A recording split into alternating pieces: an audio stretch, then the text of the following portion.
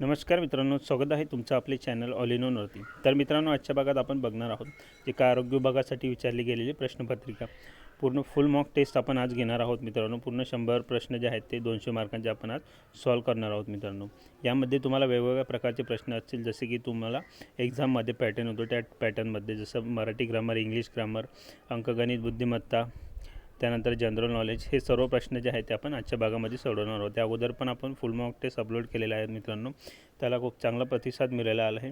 तर आपण बऱ्याच दिवसापासून जे आहे ते आता फुल मॉक टेस्ट अपलोड केलेली नव्हती, तर काही रिक्वेस्टवरून आपण आज फुल मॉक टेस्ट अपलोड करणार आहोत, जेणेकरून तुम्हाला पॅटर्न वाईज अभ्यास होऊन जाईल मित्रांनो।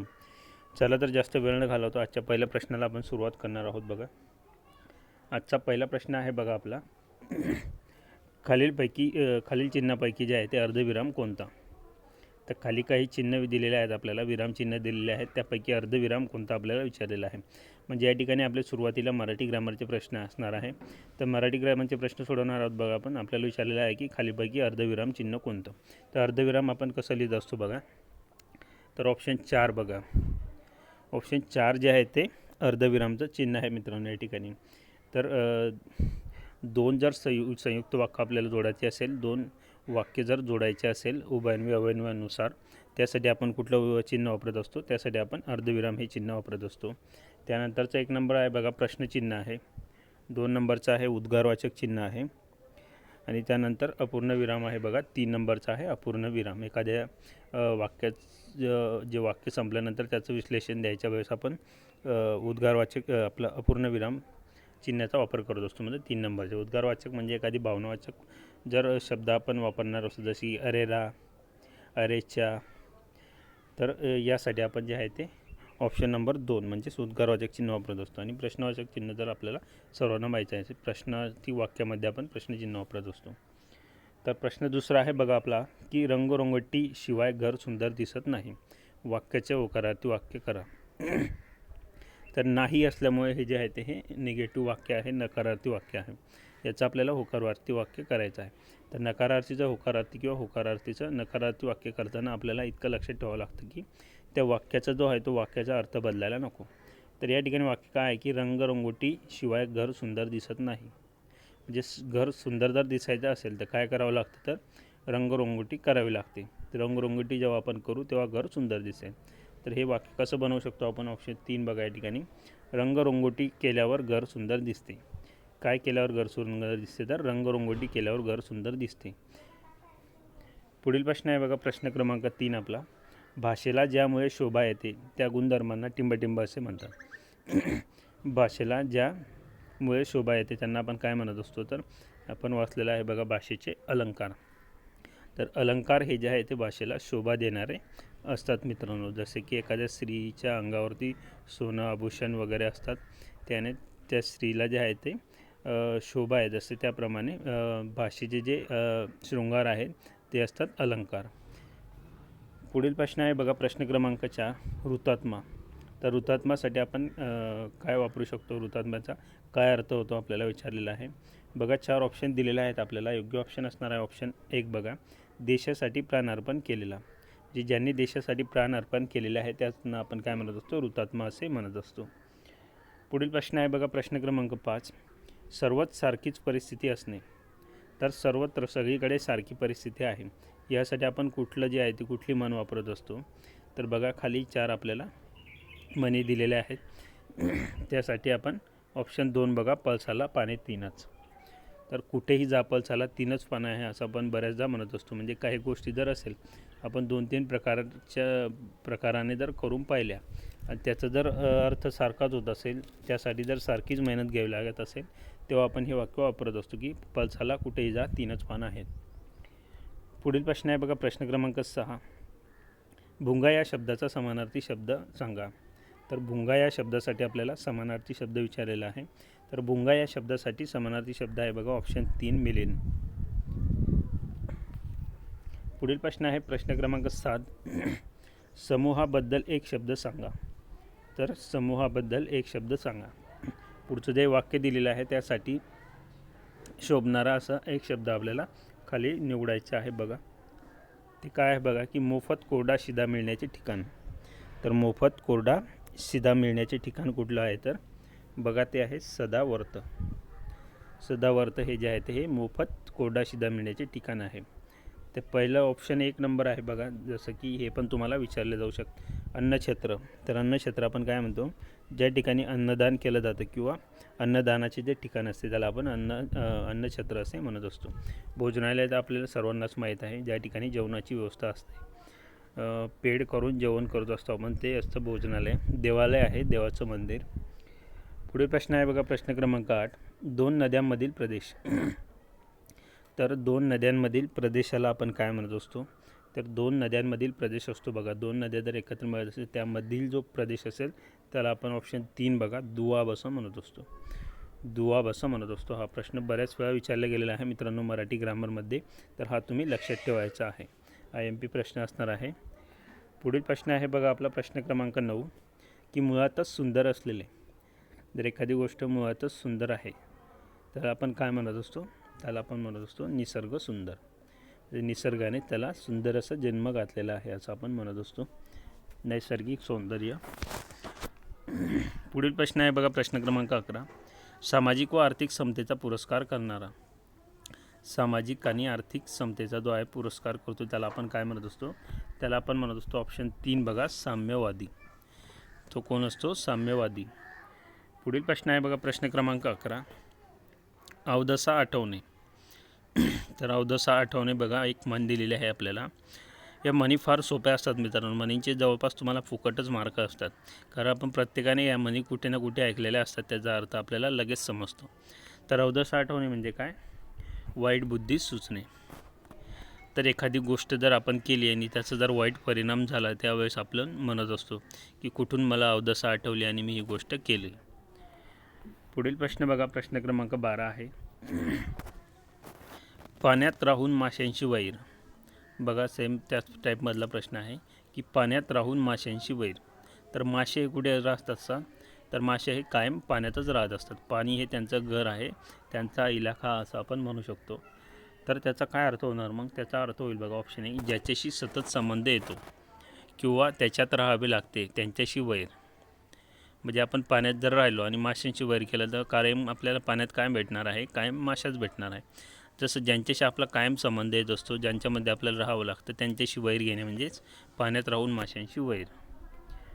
पुढील प्रश्न आहे बघा प्रश्न क्रमांक 13, एखादी गोष्ट सरळ शब्दात न सांगता ती अप्रत्यक्ष रीतीने किंवा आडवळणाने सांगवायची असल्यास माझा आधार घेतला जातो. तर बघा या ठिकाणी एक आपल्याला एक कोडा टाईप दिलेला आहे की एखादी गोष्ट सरळ शब्दात न सांगता ती अप्रत्यक्ष रीतीने किंवा आडवळणाने सांगायची असल्यास माझा आधार घेतला जातो. असा कुठला अलंकार असतो, तर तो असतो बघा ऑप्शन 2 पर्याययुक्त अलंकार. म्हणजे आपण एखाद्याला बोलायचं आहे, आपले जर मॅनेजर असेल किंवा कुणी असेल, वरिष्ठ असेल किंवा कुणी असेल, त्यांना आपल्याला बोलायचं असेल पण आपण त्यांना बोलू शकतो का, नाही बोलू शकत.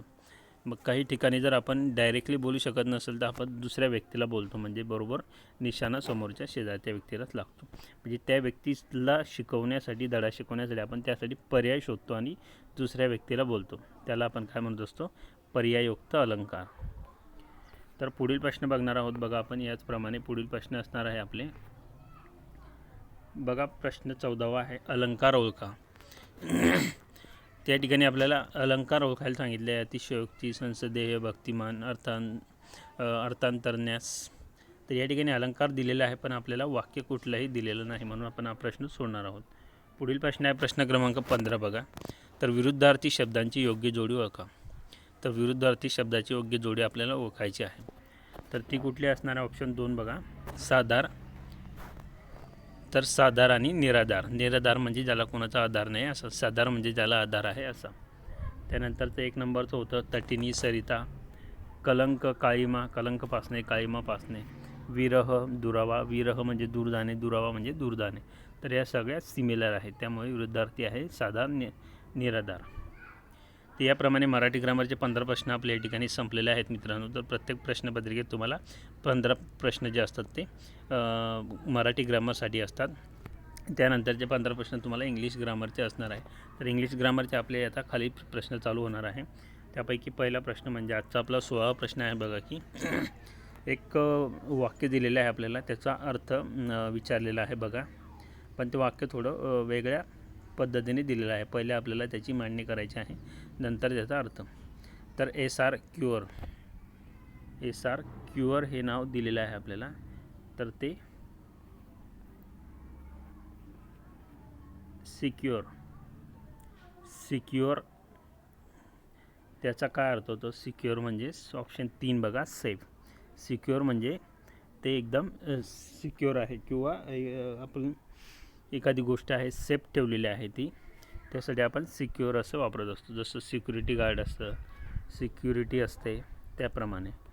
पुढील प्रश्न आहे बघा आपला प्रश्न क्रमांक 17. Urban, choose the word opposite in meaning to the given word. अर्बनच्या उलट काय असतं? तर अर्बन म्हणजे शहरी. त्या उलट असतं रुरल म्हणजे आपलं गावठी किंवा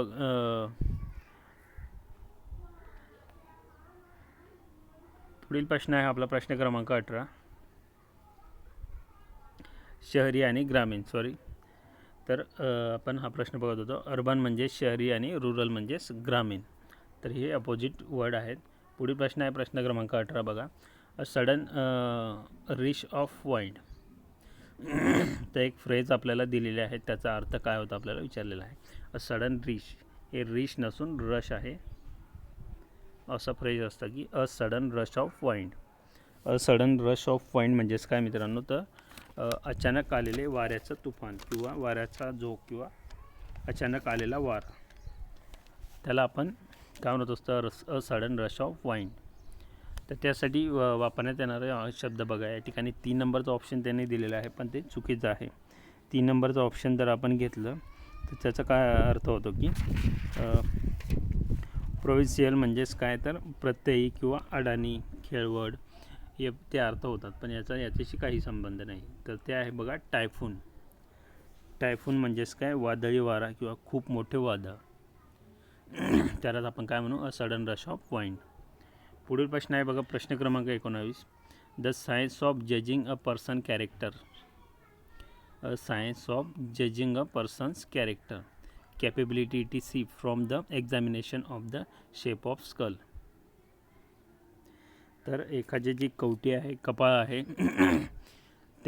ते बघून, त्याची साईज बघून, त्याचं एक्झामिनेशन करून एखाद्या व्यक्तीबद्दल काहीतरी जजमेंट देणे किंवा त्याची केपॅबिलिटीज सांगणे, या सर्व गोष्टी केल्या जातात. त्याला आपण काय म्हणत असतो? आपल्याला विचारलेलं आहे. तर त्याला आपण म्हणत असतो फ्रेनोलॉजी. काय म्हणत असतो? फ्रेनोलॉजी. तर फ्रेनोलॉजी म्हणजे काय? तर फ्रेनोलॉजी म्हणजे तेच डोक्याच्या कवटीच्या आकारावरून किंवा स्वभाव सांगणे किंवा केपेबिलिटीज सांगणे, शक्यता सांगणे, या सगळ्या गोष्टी येत असतात आपल्या फ्रेनोलॉजीमध्ये. पुढील प्रश्न आहे प्रश्न क्रमांक 20 बघा. One who possess many talents. तर एखादी व्यक्ती आहे की त्याच्यामध्ये खूप प्रकारचे टॅलेंट असतात, त्याला आपण काय म्हणत असतो? त्याला म्हणत असतो ऑप्शन 1 बघा, वर्सेटाईल ॲक्टर्स. बऱ्याच वेळा तुम्ही ऐकलेलं असेल, म्हणजे तो वेगवेगळ्या भूमिका साकारू शकतो किंवा वेगवेगळ्या भूमिका पार पाडू शकतो, त्याला आपण वर्सेटाईल ॲक्टर असं म्हणत असतो.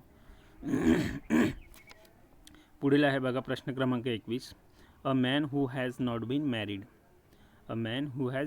मॅरिड. ज्याचं लग्न झालेलं नाही, त्याला आपण काय म्हणत असतो? Option 3 bachelor. पुढील प्रश्न आहे आपला प्रश्न क्रमांक 22 बघा. The firing of number of guns together as a salute. तर सॅल्यूट म्हणून फायरिंग, गन्सच्या ज्या फायरिंग केल्या जातात, नंबर ऑफ फायरिंग केल्या जातात, त्याला काय म्हणत असतात? तर खाली 4 ऑप्शन दिलेले आहे. योग्य ऑप्शन आहे 3 बघा, साल्वो. तर काय आहे? साल्वो म्हणजे मानवंदनेत तोफांची सलामी देणे. ज्यावेळेस एखादी आर्मी ऑफिसर्स असेल किंवा नेव्हीमध्ये कोणी जर शहीद झालेला असेल, तर त्याच्या मृतदेहाच्या ठिकाणी बघा एक फायरिंग केली जाते, तर त्यालाच आपण साल्वो असं म्हणत असतो. पुढील प्रश्न आहे प्रश्न क्रमांक 23 बघा. A medicine that induces sleep.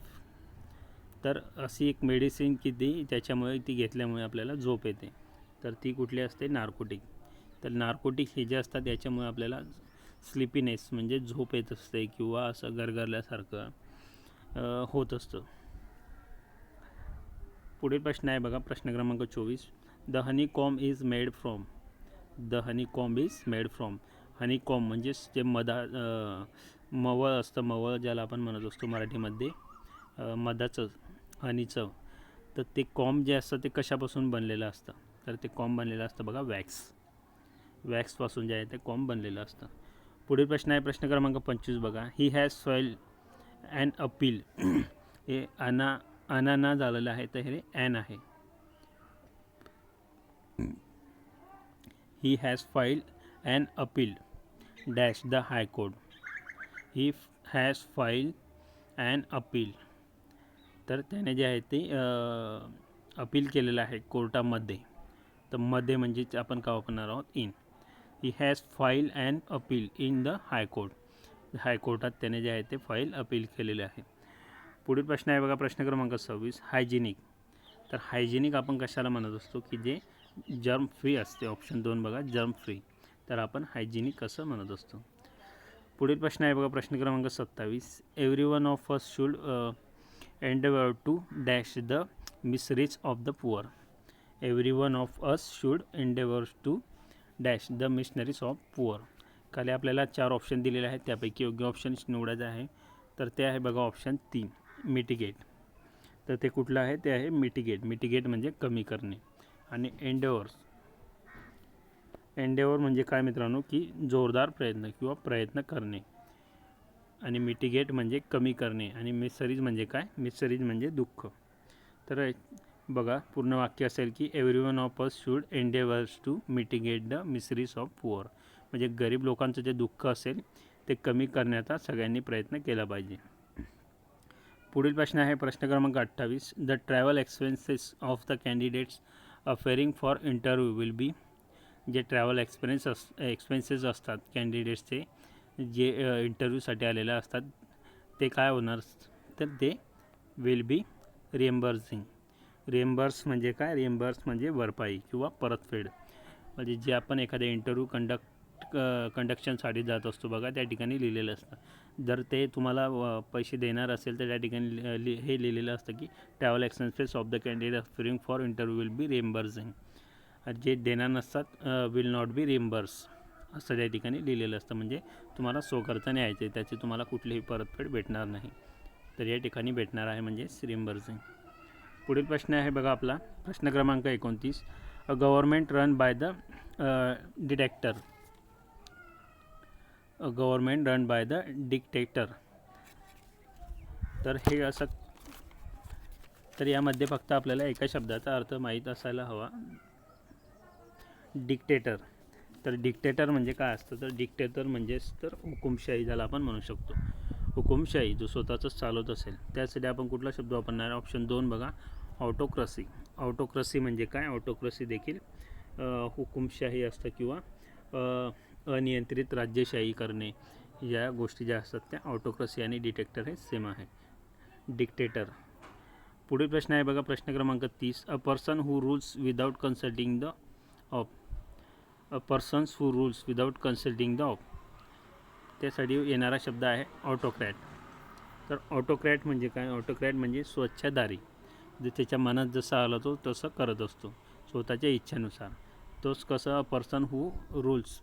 एखादी व्यक्ती असतो तो स्वतःचे रूल बनवत असतो, समोरच्या अपोजिट जे असतात त्यांना विचारल्याशिवाय किंवा त्यांचा विचार केल्याशिवाय. तर या प्रकारे 15 प्रश्न आपण इंग्लिश ग्रामरचे पाहिलेले आहेत मित्रांनो, आणि 15 प्रश्न मराठी ग्रामरचे. ते 30 प्रश्न आपले झालेले आहेत. त्यानंतर आपण प्रश्न बघणार आहोत बघा. या ठिकाणी आहे आपल्याला GKचे जनरल नॉलेजचे प्रश्न, की भारतात पहिले संगणक कोणत्या वर्षी झाले? तर भारतात पहिले संगणक कोणत्या वर्षी झाले? 4 ऑप्शन दिलेले आहेत. योग्य ऑप्शन आहे बघा 1959 ते 60. 59-60 या वर्षामध्ये म्हणजे 1959 भारतात पहिले संगणक आले. पुढील प्रश्न आहे प्रश्न क्रमांक 32. कुचिपुडी हा नृत्यप्रकार कोणत्या राज्याशी संबंधित आहे? तर कुचिपुडी हा नृत्यप्रकार कोणत्या राज्याशी संबंधित आहे? तर तो आहे बघा आंध्र प्रदेश. पुढील प्रश्न आहे प्रश्न क्रमांक 33. पर्यावरण अनुकूल उत्पादनाला खालीपैकी कोणता मार्क देण्यात येतो? तर पर्यावरण अनुकूल उत्पादन जर असेल त्याला खालीपैकी कोणता मार्क देतात? तर त्याला देतात बघा option 2 eco mark. Eco mark दिलेलं असतं बघा, जसं इको फ्रेंडली असतं म्हणजे पर्यावरणाशी अनुकूल आहे बा, पर्यावरणाला याची कुठलीही हानी होणार नाही असं मार्क जे आहे ते दिलं जातं. पुढील प्रश्न आहे प्रश्न क्रमांक 34. महाराष्ट्रातील कोणत्या शहरास पवित्र शहर म्हणून जाहीर केले आहे? तर महाराष्ट्रातील कोणत्या शहरास पवित्र शहर म्हणून जाहीर केलेले आहे? तर ते आहे बघा ऑप्शन 4 नांदेड. नांदेडमध्ये एक गुरुद्वारा पण आहे मित्रांनो शीखांचं, त्यांच्यासाठी तर हे अतिशय असं पवित्र शहर म्हणून ते खूप मानत असतात नांदेड शहराला. पुढील प्रश्न आहे बघा आपला, पुढील प्रश्न आपण कंटिन्यू बघणार आहोत. पुढील प्रश्न आहे आपला की महाराष्ट्र राज्याची स्थापना टिंबटिंबला झाली. तर महाराष्ट्र राज्याची स्थापना कधी झालेली आहे हे तर आपण सर्वांना माहीतच हवं. महाराष्ट्र राज्याची स्थापना झाली 1 मे 1960. 1 मे 1960मध्ये महाराष्ट्राची स्थापना झालेली आहे मित्रांनो. आत्ताच 1 तारखेला जे आहे ते आपलं स्थापना दिन आपण पार पाडलेला आहे, महाराष्ट्र स्थापना दिन. पुढील प्रश्न आहे 36. प्लासीची लढाई केव्हा झाली? तर प्लासीची लढाई केव्हा झाली विचारलेलं आहे. तर ती झाली ऑप्शन 1 बघा 1757. प्रश्न क्रमांक 37 आहे. ताक्षद करार कोणी केला? तर ताक्षद करार जो आहे तो कोणी केलेला आहे आपल्याला विचारलेला आहे. तर ताक्षद करार हा केलेला आहे ऑप्शन 3 बघा लाल बहादूर शास्त्री यांनी, लाल बहादूर शास्त्री.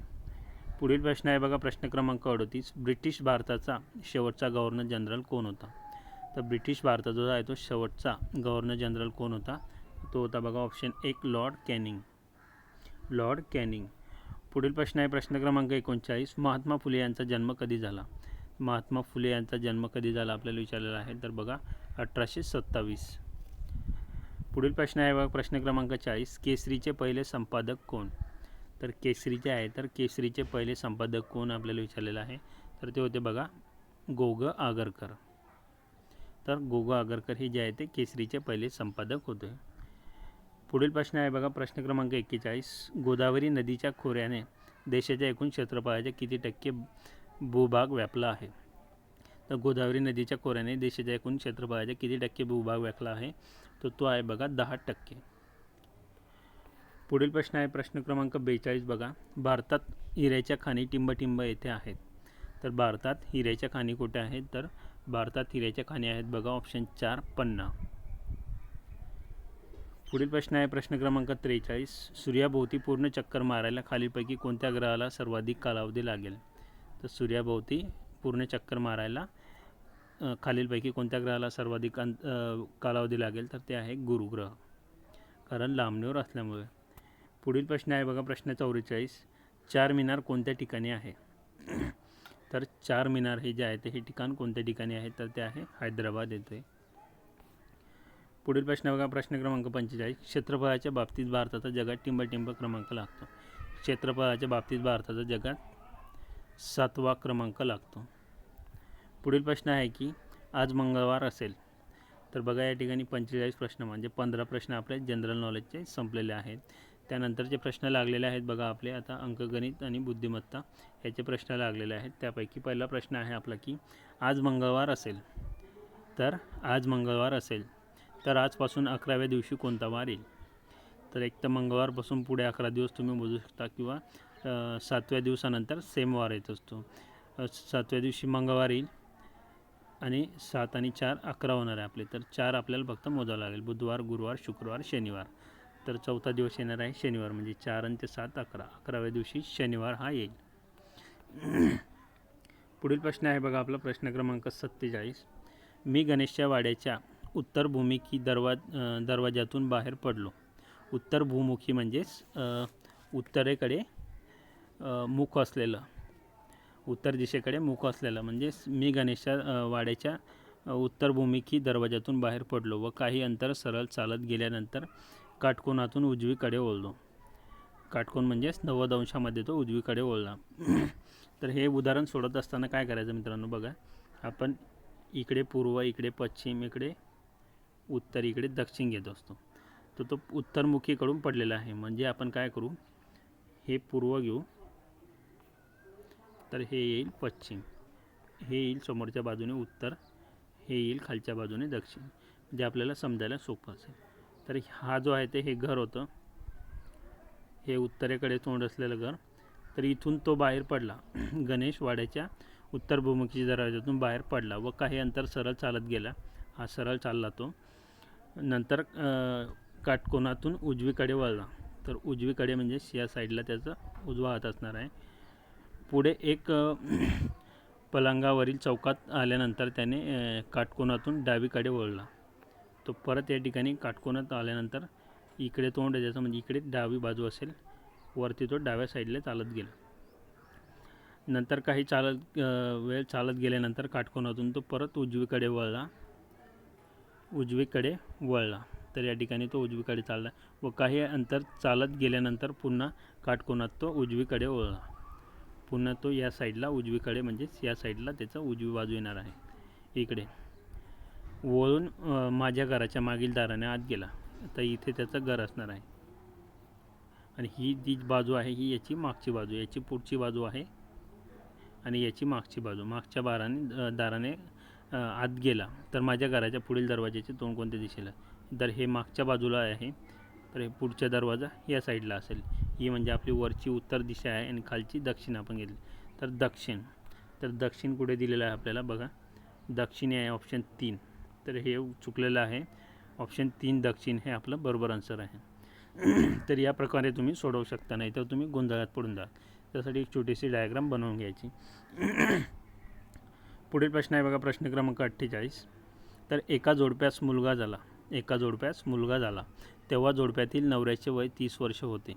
जेव्हा मुलगा झाला तेव्हा नवऱ्याचे वय 30 वर्ष होते. बायकोचे वय जेव्हा 35 वर्ष झाले तेव्हा तो मुलगा 10 वर्षांचा होता. तर जेव्हा बायकोचे वय 35 वर्ष झाले तेव्हा तो मुलगा 10 वर्षाचा होता. तर त्या पती पत्नीच्या वयात किती वर्षाचं अंतर असेल? तर याच्यासाठी आपण काय करून घेऊ, नवऱ्याचं वय होतं बघा, नवऱ्याचं वय फक्त आपल्याला दिलेले आहे, ते होतं 30 वर्ष. त्यानंतर आपले 3 पार्टमध्ये डिवायडेशन होणार आहे. एक तर नवराच होणार आहे, दुसरे आहे बायको आणि तिसरा आहे मुलगा. तर 30 वर्षानंतर इथे 10 वर्षाचा जेव्हा मुलगा झाला, 10 वर्षाचा हा मुलगा झाला, म्हणजे 30 वर्षाचा असताना त्याचा जन्म झाला, 10 वर्षाचा तो झाला. तर 30 वर्ष हे त्याचे वडील आहेत. वडिलांचं वय तेव्हा 30 वर्ष होतं. नंतर जर मुलगा 10 वर्षाचा झाला तर वडिलाचं वय पण 10 वर्ष वाढणार, म्हणजे हे 30 आणि हे 10, तर वडील होईल 40 वर्ष. वडिलांचे होईल 40 वर्ष. हा आहे मुलगा होईल 10 वर्षाचा. आणि तो जेव्हा 10 वर्षाचा हा मुलगा झाला तेव्हा ही आईचं वय होईल, आईचं वय त्यांनी 35 वर्ष सांगितलेलं आहे. म्हणजे जेव्हा 35 वर्षाचं आईचं वय असेल तेव्हा मुलगा 10 वर्षाचा झाला आणि जेव्हा 10 वर्षाचा मुलगा झाला तेव्हा वडील 40 वर्षाचा होणार आहे, कारण 30 वर्षाचा असताना तो त्याचा जन्म झाला होता. तर आईचं वय होतं 35 आणि वडिलांचं वय त्यावेळेस होईल मग 40. 35 आणि 40, 40मधून 35 गेले, उरले 5. म्हणजे त्या दोघांच्या वयातील फरक किती असणार आहे? 5 वर्ष. ऑप्शन 2 बघा, 5 वर्ष इतकं असणार आहे. पुढील आहे बघा की अमावस्यास प्रतिपदा. अमावस्यास प्रतिपदा तर एकादशीच का असते? तर द्वादशी. पुढील प्रश्न आहे प्रश्न क्रमांक 50 बघा. सुरेश, विलास, अजय, प्रकाश व रमेश या 5 मुलांचा एक गट आहे. अजय रमेशपेक्षा उंच आहे परंतु प्रकाश इतकाच उंच नाही. विलास सुरेशपेक्षा उंच आहे परंतु रमेश इतका उंच नाही. तर हे पण कन्फ्यूज करणार आहे, त्यामुळे हे उदाहरण देखील कसं सोडायचं बघा. आपण सगळे पहिले जसे आपल्याला ज्या युनिटनुसार सांगितले आहे त्यानुसार घेऊ. पहिले आपल्याला सांगितलं आहे सुरेश आहे S, विलास आहे V, अजय आहे A, त्यानंतर प्रकाश आहे P आणि रमेश आहे R. तर हे 5 जण होते. आता एक जसं सांगितलं आपण तसं घेत जाऊ. तर अजय हा रमेशपेक्षा उंच आहे. तर या ठिकाणी बघा, अजय व रमेशपेक्षा उंच, हे व जाऊ द्या, अजय रमेशपेक्षा उंच आहे. तर हा जो अजय आहे A हा रमेशपेक्षा उंच आहे. तर पेक्षासाठी आपण असं बाणाचं चिन्ह करू, म्हणजे ज्याच्याजवळ बाणाचं चिन्ह असेल तो लहान असेल, तर जिथून निघाला असेल तो मोठा असेल. म्हणजे हा अजय जो आहे तो हा अजय रमेशपेक्षा उंच आहे. अजय रमेशपेक्षा उंच आहे परंतु प्रकाश इतका उंच नाही. प्रकाश इतका तो उंच नाही, म्हणजे प्रकाश उंच आहे कोणापेक्षा? अजयपेक्षा, कारण अजय हा प्रकाश इतका नाही. म्हणजे प्रकाश हा उंच आहे अजयपेक्षा, म्हणून अजयकडे पण आपण बाण करू, कारण प्रकाश अजयपेक्षा उंच आहे, म्हणजे अजय ही लहान आहे प्रकाशपेक्षा. त्यानंतर म्हटलं आहे प्रकाश इतका उंच नाही. त्यानंतर दिलं आहे की इथे बघा, विलास सुरेशपेक्षा उंच आहे. हा विलास जो आहे तो हा सुरेशपेक्षा, तर पेक्षासाठी आपण बाण घेतलेला आहे. सुरेशपेक्षा उंच आहे पण रमेश इतका उंच नाही. पण विलास जो आहे तो हा रमेशपेक्षा उंच नाही. म्हणजे हा रमेश जो आहे तो हा उंच आहे कोणापेक्षा? विलासपेक्षा. कारण विलास हा सुरेशपेक्षा उंच आहे पण रमेश इतका उंच नाही. म्हणजे हा रमेश जो आहे तो हा विलासपेक्षासाठी आपण बाण घेतलेला आहे.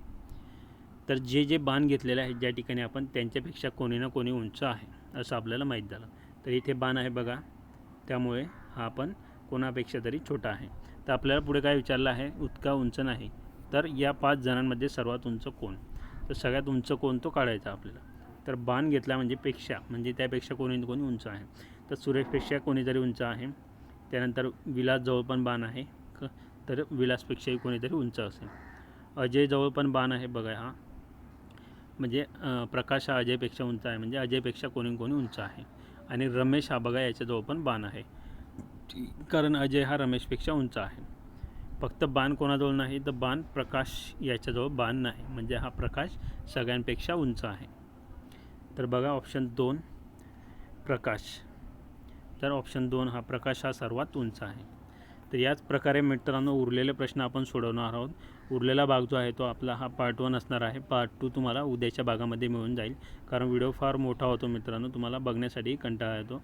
तर आपण हा पार्ट 1 बनवला आहे 50 प्रश्नांचा, आणि पार्ट 2 50 प्रश्नांचा उद्याच्या भागात देखील आपण असेच समजावून उरलेले अंकगणित बुद्धिमत्तेचे प्रश्न आणि बाकीचे जे तांत्रिक प्रश्न असतील, जे काही उरलेले असेल ते 50 प्रश्न आपण उद्याच्या भागात कव्हर करणार आहोत. तो भाग देखील तुम्ही बघायचा आहे मित्रांनो, म्हणजे तुमची एक पूर्ण टेस्ट कवर होऊन जाईल मित्रांनो. आजचा व्हिडिओ आवडला असेल तर मित्रांनो व्हिडिओ प्लीज लाईक करा, व्हिडिओ शेअर करून अजून तुमच्या मित्रांपर्यंत पोहोचवा, आणि कमेंट्स करायला विसरू नका मित्रांनो. प्लीज कमेंट्स करायचे आहे मित्रांनो.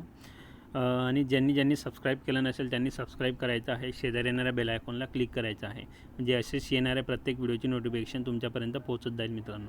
कंटिन्यूस आपल्या चॅनलवर आरोग्य विभागाचे व्हिडिओ चालू असतात. तुम्हाला आरोग्य विभागाचं कुठलंही टेन्शन राहणार नाही. त्यासाठी चॅनलला लगेच सबस्क्राईब करा मित्रांनो. धन्यवाद मित्रांनो.